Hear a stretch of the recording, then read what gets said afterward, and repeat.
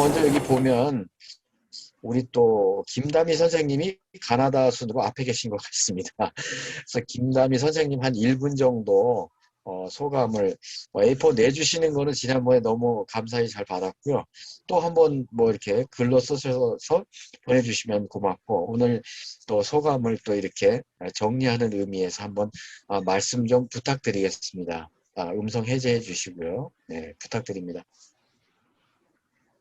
그 다음에 또 한편은 이걸 보면서 마지막 부분에 뭐 우리나라 다른 나라들과 이렇게 그 비교되는 거, 뭐 경제력이라든가 군사력 이런 것들을 보면서 우리나라도 이렇게 대단하다 하는 생각을 했지만, 또 한편으로 인도가 좀 이렇게 대개는 이렇게 좀 되게 잘 못 사는 나라 이렇게 생각을 했는데, 경제 규모도 그렇고 군사력도 그렇게 굉장히 앞서 있다는 걸 보면서 좀 놀랐어요. 그래서 왜 그렇게 인도가 군사적으로나 그렇게 이렇게 앞설 수 있는지 좀 이렇게 궁금한 점이 좀 들고요. 굉장히 좀 감사하게 생각하고 잘 들었습니다. 네. 다음에 우리 신수님 선생님께서 한번 소감을 3강까지 들으시고 오늘 또 정리 강의 들으셨는데 한번 또 말씀을 한번 해 주십시오. 예, 부탁드립니다. 네. 네, 듣기는 정말 잘 들었습니다. 그리고 정말 강의 잘해 주셔서 감사드리고요. 그런데 이거 말 안 하고 듣기만 하면 안 됩니까? 예, 안 그래도 뭐 지명이나 인물 이런 거 대충 조금씩 뭐 알고 이랬었는데, 이 강의로 해서 정말 많은 걸 좀 많이 알게 됐습니다. 말로 다 표현은 못하지만, 그리고 저번에 제가 지금 그냥 생각나는 것은 안중근 의사와 독립주사와 7.3일부대 나루타 그거 할 때 정말 정말 잊지 못할 것 같은, 그리고 잊어서도 안 된다는 생각, 그게 정말 많이 들었고요. 예, 그렇습니다. 그래가 하여튼 간에 뭐 그게 제일 좀 제 마음에 남는 것은 좀 그게 제일 좀 많이 남는 것 같습니다. 그래가 아마 그때 생체 실험할 때 3,000명에서 한 5,000명 가량 정도 된다 그러는데, 그게 거의 우리 조선족하고 조선인하고 중국 사람이었는지 그것도 조금은 궁금했고요. 그래서 그게 정말 소름 끼치고, 정말 우리가 정말 잘해야 되겠다는 생각, 꼭 잊어서는 안 되겠다는 생각, 그런 생각이 많이 들었습니다. 그리고 다른 것도 많이 알게 됐고, 하여튼 감사드립니다. 그리고 자료도 정말 많이 이제 하셔가지고 잘 보았고 잘 들었습니다. 감사합니다. 잠깐만 제가 한 말씀만 네. 잠깐 제가 한 우리 신 말씀만 선생님 한 말씀 더요. 네. 예, 그리고 제가 말씀하시죠. 아까 그거 했었는데, 한국 전쟁 때 중국이나 미국에서 와서 전쟁하면서 거기는 관료들이나 장군들 아들도 다 와서 그렇게 했는데, 우리나라는 그게 안 했다는 게, 그때 세계에서 이미 전쟁 끝나고 나서 우리를 어떻게 봤을 것인지, 그때 우리는 뭐 관료들이나 잘 사는 집이나 빽이 있거나 또 뭐 장성들이나 아들들은 다 외국에 유학을 제일 많이 가는, 그리고 아무도 그렇게 사망했거나 뭐 사망한 걸 바라는 거는 아니고, 그때 전쟁이니까 어쩔 수 없는데, 우리나라 전쟁인데, 한국 전쟁인데, 그렇게 우리는 그렇게 했을 때 정말 그게 너무 좀 안타깝고, 또 우리의 어떤 마음을 그때 이미 외국에서 다 알아버리지 않았나. 옛날에는 우리 동방 예의지국이라 했는데, 그것도 좀 많이 좀 그랬습니다. 네. 그 말씀, 예, 곁들여서 한 말씀 더 드렸습니다. 네, 고맙습니다. 수고하셨습니다. 자, 그럼 다음 하연주 선생님 한번 말씀 들어볼까요? 네네. 네, 안녕하세요. 네, 제가 맨날 나와서 제대로 잘 듣지 못했었는데요. 유튜브 통해서 또 다시 한번 또 한 번, 두 번, 세 번 지금 계속 듣고 있는데 너무 어려워갖고 근데 이제 너무 재밌었어요. 마루타 또 재밌었고 그리고 이제 제가 근대사 진짜 어렵거든요. 근데 지금 현 근대사에 대해서 이렇게 배우게 되니까 정말 교육이라는 게 이렇게 중요하구나 계속 들으면서도 또 우리 임영태 선생님께서 너무 설명을 잘해 주셔갖고 진짜 재밌어요. 그래서 제가 유튜브로도 또 올려주실 거죠. 제가 좀 제 방으로 몇 번 들어야지만 제가 조금 머리가 좀 안 좋아서 몇 번 계속 반복해서 좀 들어야 되거든요. 하여튼 그동안 너무너무 재밌었고요. 감사했습니다. 감사합니다. 네, 수고하셨습니다. 또요, 화면에 또 한 분 또 계시네요. 우리 신정숙 선생님 또 옆에 바라보고 계신데, 자, 한 말씀 좀 해보시죠. 예, 부탁드립니다. 마이크 켜시고요. 마이크 꺼져 있습니다. 아, 네. 중국의 소수민족에 대한 그런 2000년 된 그런, 통치 경험, 막 이런 얘기가 있어가지고, 좀 귀 쫑긋했고요. 아까 2030년에 조금 궁금한 게 좀 생겼었어요. 2030년에 러시아 순위에 중국이 1위고 미국이 2위고 이렇게 그런데 러시아랑 터키랑이 좀 없어요. 그래서 화면 그래서 좀 궁금했습니다. 그리고 전체적으로 이제 중국에 대해서 많이 좀 더 이제 공부할 게 이렇게 많은데 잘 공부 안 하고 살았네. 약간 이제 돌아보게 됐습니다. 여러 가지로 잘 배워주셔서 고맙습니다. 이상입니다. 예, 아까 우리 선생님 731 부대 관련해 가지고 마루타 얘기하시면서 중국인하고 조선인이냐고 말씀하셨는데, 예, 중국인이 많고요. 조선인도 그러니까 다수 있었고요. 그리고 이제 몽골인 주로 이제 이런 사람들이었고, 예를 들면 그러니까 외국인 서양인들도 몇 명이 있었다고 그래요.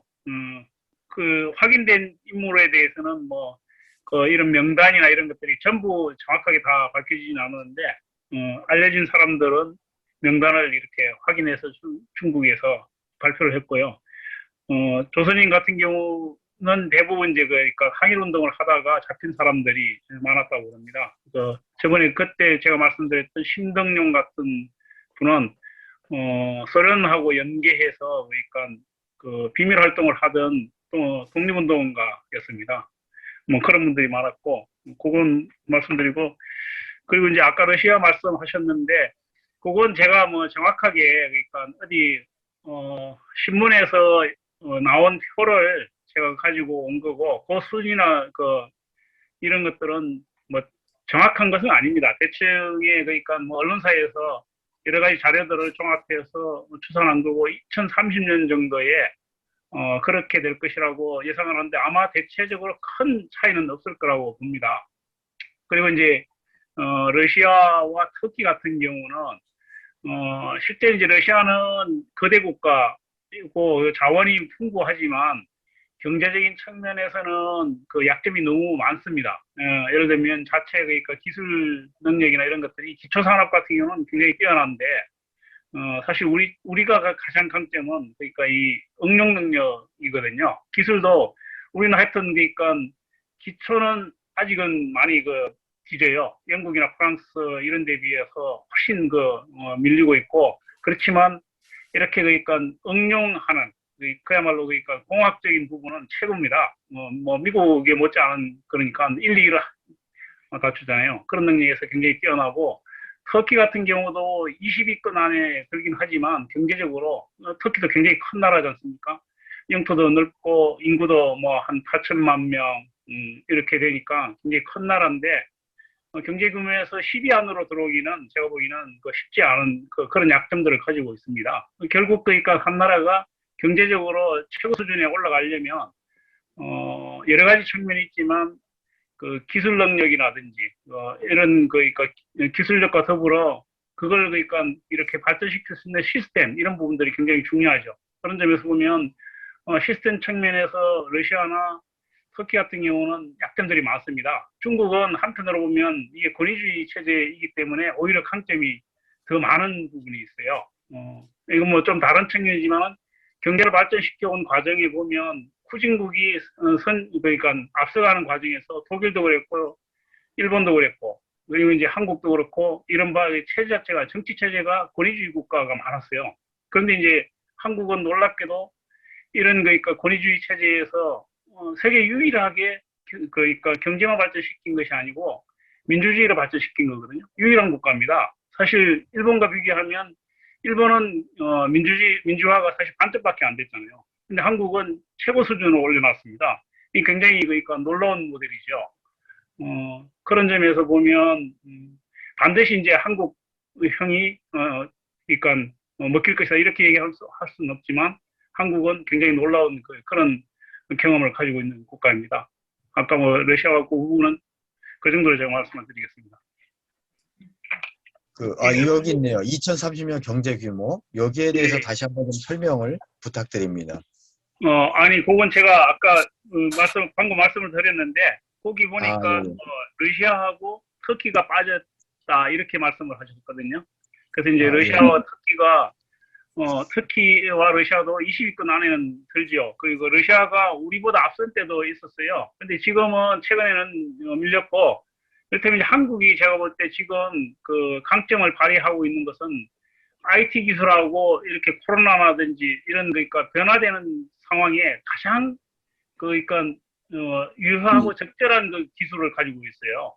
그러니까 IT, 전자통신 그리고 뭐 이 사물 인터넷 뭐 이런 그러니까 새로운 이른바 제 4차 산업이라고 얘기하는 배터리 뭐 이런 부분들에서 거의 그러니까 최고 수준의 세계 최고 수준에 있거든요. 그리고 이 부분에서 기술력이나 이런 점에서 일본이 예를 들면 강점이 뭐냐면 정밀기계 이런 것들인데 사실 정밀기계는 우리가 도저히 일본을 따라갈 수가 없어요. 지금 현재 그러니까 상당 기간 제가 볼 때는 따라가기 힘든데 IT나 이런 부분들은 우리가 일본을 이미 능가했다고요. 그러니까 일본이 최고 수준인데 그런 부분에서 우리한테 계속 밀리는 겁니다. 그러니까 우리가 여러 가지 그러니까 어려운 상황에서도 사실 전망이 괜찮은 거죠. 네, 신정숙 선생님의 질문이었습니다. 답변 되셨나요? 네, 고맙습니다. 제가 드리고 싶은 질문이랄까, 역사를 보는 시각, 역사를 어떻게 볼 것인가, 이게 참 논쟁도 많이 되죠.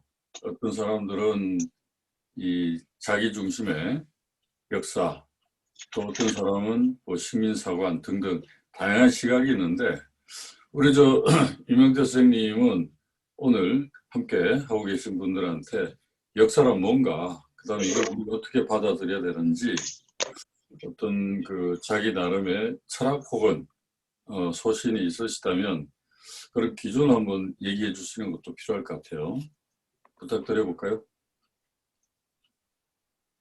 네, 제가 정확히 역사가 뭐냐 이렇게 얘기는 좀 사실 그렇고 사실 제가 역사를 전공한 사람이 아닙니다.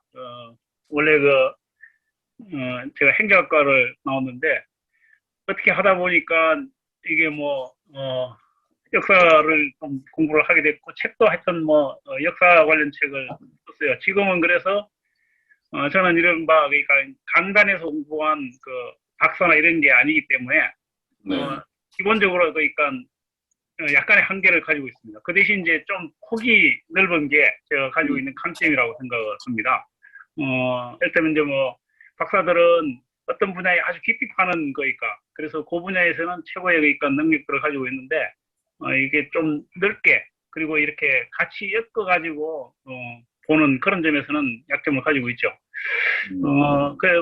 제가 이제 동부와 관련해서 사실은 저도 그러니까 항일 투쟁 역사라든지 이런 거는 공부만 하고 뭐 책만 보고, 그러니까 머릿속으로만 기억을 했는데 실제로 이제 가서 드는 느낌들이 좀 많이 달랐습니다. 이를테면 이제 동북 지역의 역사에 대해서 조선족들 같은 경우도 사실은 그러니까 잘 몰랐어요. 왜 그러냐면 이 사람들이 중국 사람들이기 때문에 우리는 그러니까 조선족의 한국인이라고 착각을 하는데 한국인이 아니고 중국인입니다. 중국인이고 그 사람들은 중국의 체제 안에서 중국의 역사가 아니라 커리큘럼 안에서 교육을 받기 때문에 그런 점에서 역사를 가르칠 때도 중국적 관점에서 역사를 가르치는 겁니다. 그러다 보니까 사실은 이제 이렇게 그 분야에 깊이 그러니까 연관되어 있지 않으면 잘 모르는 거죠. 일반인들은 잘 모릅니다. 물론 자기 연변에 살고 있는 분들은 자기 할아버지, 할머니, 그리고 아버지, 이런 분들이, 어머니, 다 그러니까 이런 역사와 연관된, 삶을 살았기 때문에 이야기를 통해서 그런, 의식이나 경험들을 가지고 있기는 하지만, 실제로 정확하게 잘 알지는 못했어요. 근데 이제, 우리가 이제 중국하고 교류를 하면서, 이를테면은, 한편으로 보면 중국과 이게 한중 그러니까 국교가 정상화될 때 사실 북한이 굉장히 반대를 많이 했습니다. 반대를 했고 어떻게 보면 이제 중국이 좀 심하게 얘기를 하면 배신을 한 거예요. 그래서 90년대 북한하고 중국하고 사이가 굉장히 안 좋았습니다. 그리고 현대사회에서 중국하고 북한하고 관계가 우리가 아는 것만큼 그렇게 좋지만 않았어요. 어떻게 보면 좋았던 시기도 있었지만 사이가 좋지 않았던 시기도 굉장히 많았습니다. 많았고 그건 각기 그러니까 북한도 그렇고 중국도 그렇고 자기들 관점에서 자기들의 그러니까 이해관계를 기본적으로 깔고 관계를 맺고 있기 때문에 그런 문제들이 생기는데 그런 점에서 보면 이 한중 관계가 이렇게 맺어질 때 국교가 정상화될 때 북한이 사실은 굉장히 어려웠죠. 어렵고 90년대에 북한이 굉장히 고통스럽고 힘든 그런 상황이었는데